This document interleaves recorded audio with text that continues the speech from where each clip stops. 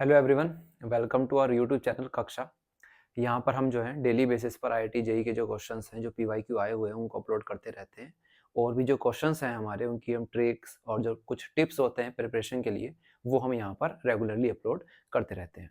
इसी सीरीज का जो हमारे बेस्ट ऑफ आईआईटी चल रही है सीरीज एक, उसी का आज एक और ये नेक्स्ट क्वेश्चन है हमारा। ये भी हमारा आया हुआ है कब? ये भी 28 जनवरी की शिफ्ट के अंदर आया हुआ है 2025 के अंदर, और शिफ्ट 1 के अंदर ये क्वेश्चन जो है हमसे पूछा गया था। क्वेश्चन में क्या बोला गया है? क्वेश्चन में बोला गया है एक वायर है जिसका रेजिस्टेंस है R। इसको हमने बैंड किया है, और बैंड कैसे किया है? इक्विलेटरल ट्रायंगल की फॉर्म में हमने इसको बैंड किया है। अब इक्विलेटरल ट्रायंगल क्या होता है? इक्विलेटरल ट्रायंगल एक ऐसा ट्रायंगल होता है जिसकी तीनों की तीनों साइड कैसी होती हैं? वो इक्वल होती हैं। उनकी जो लेंथ होती है वो इक्वल होती है। अब उन्होंने क्या किया, एक वायर लेकर के R रेजिस्टेंस का, उसको तो हमने बैंड कर दिया किसमें? इक्विलेटरल ट्रायंगल में। क्वेश्चन आगे बोल रहा है कि एक आइडेंटिकल वायर लिया गया है, यानी उसी तरह का एक और वायर लिया गया जो सेम मटेरियल का है, उसका रेजिस्टेंस भी सेम है, उसका डाया भी सेम है, एग्जैक्टली सेम है, और वो उन्होंने क्या किया, एक स्क्वायर की फॉर्म में बेंड कर दिया इस वायर। तो पहले जो वायर लिया आर रेजिस्टेंस का, उसको उन्होंने इक्विलेटरल ट्रायंगल की फॉर्म में बेंड कर दिया, ठीक है। और दूसरा जो उन्होंने वायर लिया, उसको उन्होंने एक स्क्वायर की फॉर्म में बेंड कर दिया। अब आगे क्या बोल रहे हैं? अब आगे ये बोल रहे हैं कि the ratio of resistance between two and points. जैसे इक्विलेटरल ट्रायंगल बनेगा हमारा, जैसे सपोज करो वायर लिया मैंने, और मैंने इसका इक्विलेटरल ट्रायंगल जो है वो इस तरह से बना दिया, ऐसे करके, ठीक है। थोड़ा सा और इधर बनाता हूं इसको। ये जो है इक्विलेटरल ट्रायंगल जो है इस तरफ ऐसे बना दिया। अब इसकी साइड हो गई, सपोज करो ये साइड ए हो गई, ये साइड हो गई बी, और ये साइड हो गई सी।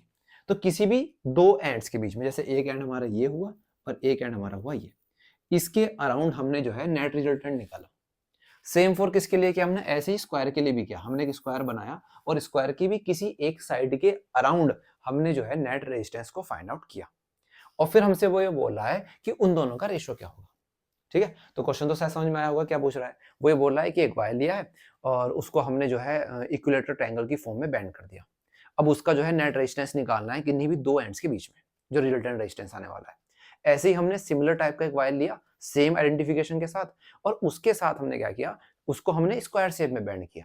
और इस बार हमने जो है उसका भी नेट रेजिस्टेंस निकाला किसी भी एक आर्म के अराउंड, यानी कि आर्म के जो एंड पॉइंट होते हैं ना, उसके अराउंड जो है हमने जो है नेट रिजल्टेंट जो रेजिस्टेंस है वो फाइंड आउट किया।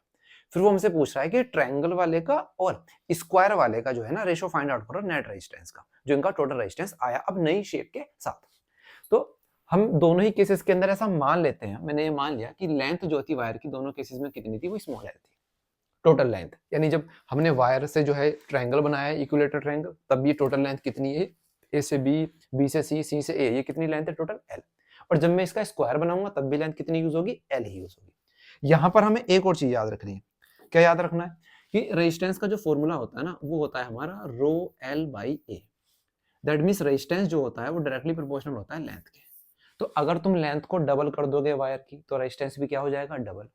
लेंथ को ट्रिपल कर दोगे वायर की, तो रेजिस्टेंस भी क्या हो जाएगा? ट्रिपल हो जाएगा। और अगर लेंथ को हाफ किया जाए तो रेजिस्टेंस कैसा हो जाएगा? हाफ हो जाएगा। लेंथ को अगर मैं 1/3 कर दूं तो रेजिस्टेंस भी क्या हो जाएगा? 1/3 हो जाएगा। अच्छा, यहां पर जो लेंथ है वो 1/3 ही हो गई है। कैसे 1/3 हो गई है? ये टोटल लेंथ एल है, और मैं ये बोल रहा हूँ ये तीनों हिस्से बराबर बराबर है, तो ये l/3 होना चाहिए, ये भी l/3 होना चाहिए, और ये भी क्या होना चाहिए? हमारा l/3 होना चाहिए। l/3 l/3 l/3 मिलकर ही टोटल लेंथ बनेगी, जो कि इनिशियली हमने कितनी लेट की हुई है? l लेट की हुई है। तो जब हमने वायर को बेंड किया, तो जो l लेंथ की वो तीन हिस्सों में डिवाइड हो गई, l/3 l/3 l/3, और ये l/3 l/3 साइड वाला जो बन गया हमारा एक इक्विलेटरल ट्रायंगल बन गया। अब चूंकि हमें पता है रेजिस्टेंस जो होता है वो लेंथ के डायरेक्टली प्रोपोर्शनल होता है, तो अगर अब मैं इन सब आर्म्स का, arms A B, arms B C, arms C A, इन सब का अगर मैं रेजिस्टेंस लिखना चाहूं, तो जब L लेंथ के लिए रेजिस्टेंस था R, तो L/3 के लिए क्या हो जाएगा? R/3। तो ये रेजिस्टेंस यहाँ का कितना होगा? R/3। ये रेजिस्टेंस कितना होगा इस आर्म का? R/3। और ये वाला रेजिस्टेंस भी कितना होगा यहाँ पर? R/3। तीनों रेजिस्टेंस क्या हो गए हमारे? R/3, R/3 और R/3 होगा। ये यहाँ पर हमने लिख दिया। अब मैं किन्हीं भी दो पॉइंट्स के अराउंड जो है ना नेट रिजल्टेंट जो है वो फाइंड आउट करने की कोशिश करता हूं। सपोज करो मैं पॉइंट ले रहा हूं ए और सी, यहां पर इसके अराउंड। तो मुझे ये देखना कि कौन से रेजिस्टेंस जो हैं वो सीरीज कॉम्बिनेशन में काउंट होंगे और कौन से ऐसे हैं जो पैरेलल कॉम्बिनेशन में काउंट होंगे। तो अगर तुम्हें थोड़ी सी भी फिजिक्स पता है तो ये दोनों रेजिस्टेंस जो है ये तो आएंगे हमारे सीरीज के अंदर, और इन दोनों का जो रिजल्टेंट आएगा वो आएगा AC के साथ कैसे, पैरेलल के अंदर। तो चलो सॉल्व करते हैं। मैं सबसे पहले जो है नेट रेजिस्टेंस फाइंड आउट कर रहा हूँ। मैं फाइंड आउट कर रहा हूँ RABC, यानी A से B और B से C, ये फाइंड आउट कर रहा हूँ। तो ये बेसिकली दोनों के दोनों सीरीज में होने वाले हैं। तो ये आएगा हमारा R/3 प्लस R/3। यहाँ से ये हो जाएगा हमारा 2R/3। ये आया हमारा R, A, B और C, A से B, B से C। दैट मीन्स मैंने ये वाला रेजिस्टेंस और ये वाला रेजिस्टेंस दोनों को सीरीज कॉम्बिनेशन में ऐड कर दिया और इनका सम कितना आ गया ये। ठीक है। अब अगर मैं एक नई स्ट्रक्चर बनाना चाहूँ तो मैं नई स्ट्रक्चर ऐसे बना सकता हूँ कि ये पॉइंट हुआ A, ये पॉइंट हुआ C। मान लो इसका जो रेजिस्टेंस है वो कितना है हमारा, वो है हमारा R/3 जो कि है ही। अब A से C को कनेक्ट करने वाली भी एक वायर बनाई ये, और इसका रेजिस्टेंस कितना है, ये रेजिस्टेंस हमारा आया है, ये जो रेजिस्टेंस हमारा आया ये कितना है, ये आया हमारा 2R/3।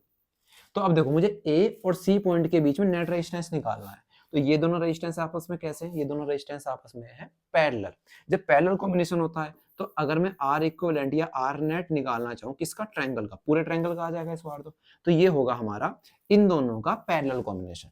ठीक है, ये क्या होगा हमारा, इन दोनों का पैरेलल कॉम्बिनेशन।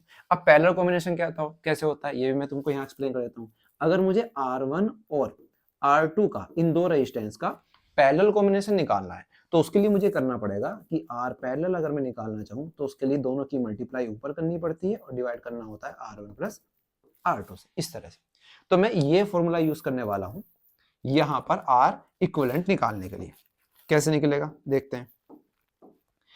तो एक रेजिस्टेंस है हमारा R/3, एक रेजिस्टेंस हमारा 2R/3। तो पहले तो ऊपर होनी है दोनों की मल्टीप्लाई, दैट मीन्स R/3 की मल्टीप्लाई करनी है 2R/3 से, और नीचे की तरफ क्या करना है, दोनों का सम करना है, दैट मीन्स R/3 के अंदर ऐड करना है 2R/3 से। अब देखो ये क्या बना, जब ऊपर मल्टीप्लाई होगी ये हो जाएगा 2R²/9। जब ये नीचे दोनों ऐड होंगे तो एलसीएम तो आया 3, ऊपर के डायरेक्ट ऐड हो जाएंगे तो R ये है 2R ये कितना हुआ 3R। अब क्या हमें यहाँ दिखाई दे रहा है कुछ कैंसिल होता हुआ, हाँ इस 3 से 3 कैंसिल हो जाएगा और R से पावर कैंसिल हो जाएगी। क्या बचा हमारे पास, हमारे पास बचा है ऊपर तो बचा है 2R और नीचे क्या बचा है 9। तो ये जो हमारा इक्विलैटरल ट्रायंगल बना था पूरा, इसका जो R इक्विवेलेंट आ चुका है किस फॉर्म में, ट्रायंगल फॉर्म में। ये वैल्यू कितनी आई है, ये वैल्यू हमारी आई है 2R/9। अब मुझे किसके लिए सॉल्व करना है, अब मुझे सॉल्व करना है सेकंड स्ट्रक्चर के लिए जो कि क्या है हमारा स्क्वायर। देखते हैं अब कैसे होगा आगे को। तो सेकंड कंडीशन में वो ये बोल रहा है कि इस बार हमने जो है ना उसको बैंड करके बनाया है कि स्क्वायर। अब स्क्वायर क्या होता है, स्क्वायर एक ऐसी स्ट्रक्चर होती है जिसकी चारों साइड बराबर होती हैं। तो अगर मैं L लेंथ को 4 इक्वल हिस्सों में डिवाइड करना चाहता हूँ तो ये वाली लेंथ कितनी हो जाएगी हमारी, रेड से लिखता हूँ, ये हो जाएगी हमारी L/4, ये भी कितनी हो जाएगी L/4, ये कितनी हो जाएगी L/4 और ये भी कितनी हो जाएगी L/4। और चूंकि रेजिस्टेंस जो होता है वो लेंथ के डायरेक्टली प्रोपोर्शनल होता है, तो अगर लेंथ 1/4 1/4 1/4 हो रही है तो इनका तीनों का रेजिस्टेंस, चारों का रेजिस्टेंस भी क्या हो जाएगा, चारों का रेजिस्टेंस हो जाएगा R/4 R/4, इसका भी R/4 और इसका भी R/4। अब मैं इन पॉइंट्स को कुछ नाम दे देता हूँ।